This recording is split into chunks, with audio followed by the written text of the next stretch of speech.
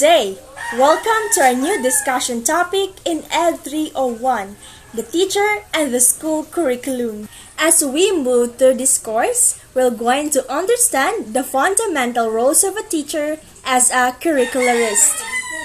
Before moving on to the multifaceted role of a teacher as a curricularist, let us take a look first from the curriculum in the past. According to Hayes, these are the most influential curricularists, namely John Dewey, Hilda Taba, Franklin Bobbitt, and Ralph Tyler. According to Hayes, John Dewey felt that the curriculum should ultimately produce students who would be able to deal effectively with the modern world. Thus, a curriculum should build an orderly sense of the world where the child lives. The next most influential curricularist in the past is Hilda Taba. She is a developer of the Taba model of learning. The Taba model of learning is used to enhance the thinking skills of the students. She also believed that there must be a process for evaluating student achievement of content.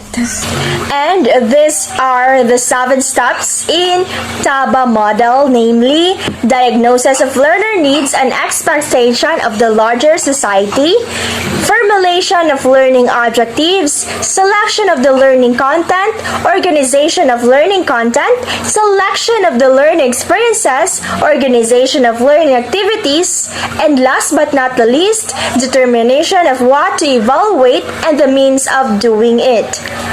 Diagnosis of learners' needs and expectation of the larger society. Taba believed that teachers were aware of what students need, so they should be the main creators of the curriculum. The second step is formulation of learning objectives. Development of overall goals originates from a variety of sources such as the demands of society and the need of students. The third one is selection of learning content. In this curriculum model, Taba believed that the content should match the objectives. The fourth step is organization of learning content. The content is organized based on the students' achievement levels. The fifth step is selection of the learning experiences. Instructional methods must keep students engaged. Learning experiences are created so that they develop multiple objectives such as thinking, attitude, knowledge, and skills. The sixth step is organization of learning activities. The learning experiences are organized to allow continuity of learning. Each activity is prerequisite for those that follow. This provides the students with a challenge without going beyond what the students are capable of. The seventh step is determination of what to evaluate and the means of doing it. Students' progress is monitored throughout the year. Evaluations were included at different points to help teachers and students plan and adapt learning activities to meet the objectives. Another most influential curricularist in the past is Franklin Bobbitt. Franklin Bobbitt felt that the curriculum was a way to prepare the students in their future roles in the new industrial society. He created the 5 steps for curriculum making. And the 5 steps to curriculum making are: first, analysis of human experience. Second, job analysis. Third, deriving adjectives. Fourth, selecting objectives. And fifth, planning in detail. And lastly, the most influential curricularist in the past is Ralph Tyler. Ralph Tyler believed that learning should be meaningful to the student and his community. It should be taught through appropriately designed and organized learning experiences. Learning should be evaluated not only to see what students are really learning, but to see what changes might need to be made to the curriculum. The Tyler model determines the school purposes, identify educational experiences related to the purpose, organize the experiences, and evaluate the purposes. Let us define the term curricularist. According to Hayes, Ernstein, and Hunkins, and Hewitt, a curricularist is a professional whose specialization and expertise is the curriculum process. Furthermore, a curricularist is a person who understands and practices the curriculum principles and methods. They are also involved in the curriculum process. Before moving on to the multifaceted role of a teacher as a curricularist, let us have an activity first. You can pause this video and comment your answers after our activity. Take a look at the words presented on your screen and choose at least 3 words that you think both are related to the teacher and the curriculum. And then support your answer. Thank you everyone for participating in our activity. So I think now your minds are refreshed and ready for our discussion topic. So let us now elaborate further the role of a teacher as a curricularist. In the school, teachers are asked to do tasks which are all guided by the principles of curriculum, instruction, teaching, learning, assessment, evaluation, and feedback. The classroom is actually considered as the first place of curriculum engagement. The interaction among the learners inside the classroom, including the materials as facilitated by the teacher, sets the standards and ultimately influences the teaching and the learning process. The 7 roles of a teacher as a curricularist include being a knower, writer, planner, initiator, innovator, implementer, and evaluator of the curriculum. So now let us begin with a teacher as a knower of the curriculum. Being a teacher requires to be a lifelong learner. This doesn't only mean that you wouldn't stop learning.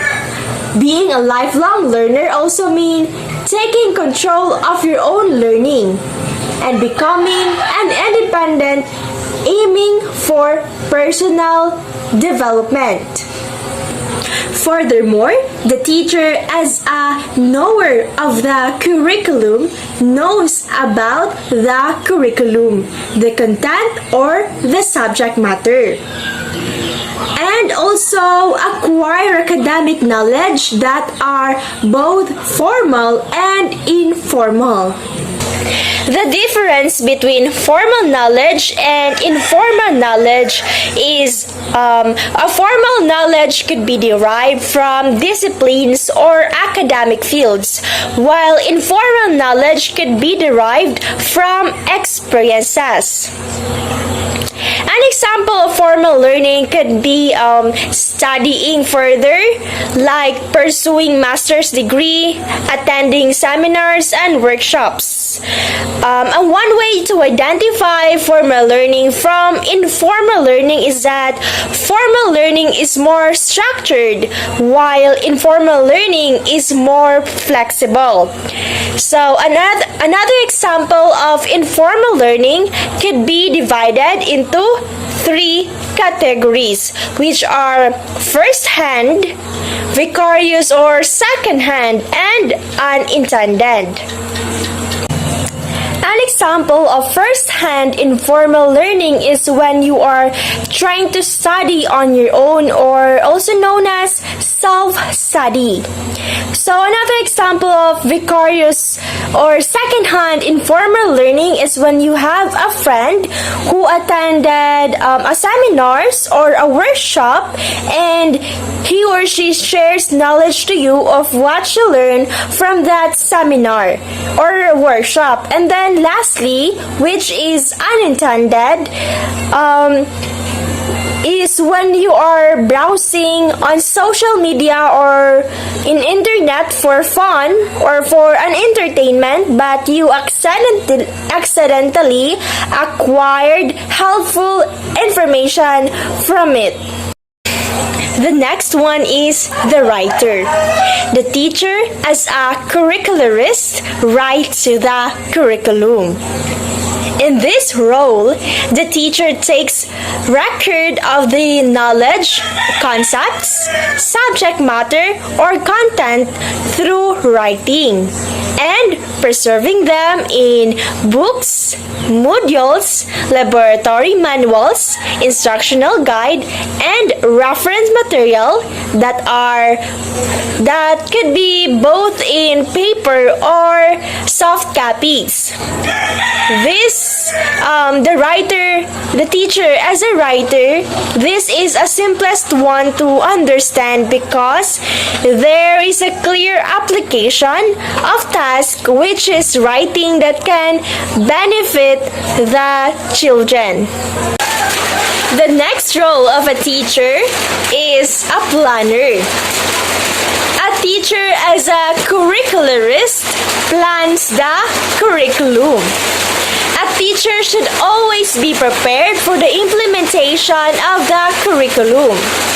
As a teacher, he or she makes a yearly, monthly, or daily plan of the curriculum, which will serve as guide to the implementation of the curriculum. A concrete example that a teacher is a planner is the lesson plan. The lesson plan itself possesses all curricular elements, since a teacher has a lot to consider when planning it. This factor may include the learner, the materials, the time, subject matter content, and the desired learning outcomes. The next role of a teacher is being an initiator. The teacher as a curricularist initiates the curriculum. In this part, the teacher is obliged to implement the recommended curriculum for the first time, just like in the implementation of the K-12 curriculum. As a teacher, he or she should not be afraid to try something novel and relevant, or he or she must be flexible enough. Before I will proceed to the next role of a teacher as a curricularist, we must remember that a curriculum is recommended to the schools by regulatory agencies like DepEd, CHED, and TASDA, and by other international bodies like UNESCO and UNICEF, and by other educational agencies, all for the improvement of the quality of education. The next role of a teacher as a curricularist is being an innovator, or the teacher as a curricularist innovates the curriculum. Creativity and innovation is the best asset of an excellent teacher. Therefore, a good teacher innovates the curriculum. We must also remember that a curriculum is dynamic as it changes depending on the needs of time. Next on the list is the teacher being an implementer of the curriculum. Let's take as an example. A book itself that remains written or untouched will never serve its purpose. In the book analogy, someone has to read a book for the book to serve its purpose. Teachers are the one that gives life to the curriculum plan. By implementing the curriculum with adequate and appropriate support, the teachers uses their facilitating skill in order to guide the learners to achieve the desired learning outcomes. The last one is the role of a teacher as an evaluator of the curriculum, or the teacher evaluates the curriculum. The teacher as an evaluator determines if the desired learning outcomes have been achieved and if the curriculum is working and brings the desired results, and if the outcomes reveal anything, and if the learners are achieving, and if there are practices that should be modified, terminated, or continued. So those are the questions that a teacher has to answer as an evaluator of the curriculum. And so if it is observed that the curriculum is not satisfactory, or if there are things that are need to be modified, in the process, the teacher gets the feedback and uses it to revise and improve the curriculum. And those are the 7 multifaceted role of a teacher as a curricularist. So again, let's review. So the 7 roles of a teacher as a curricularist are writer, implementer, knower, planner, initiator, innovator, and evaluator of the curriculum. Thank you so much for listening.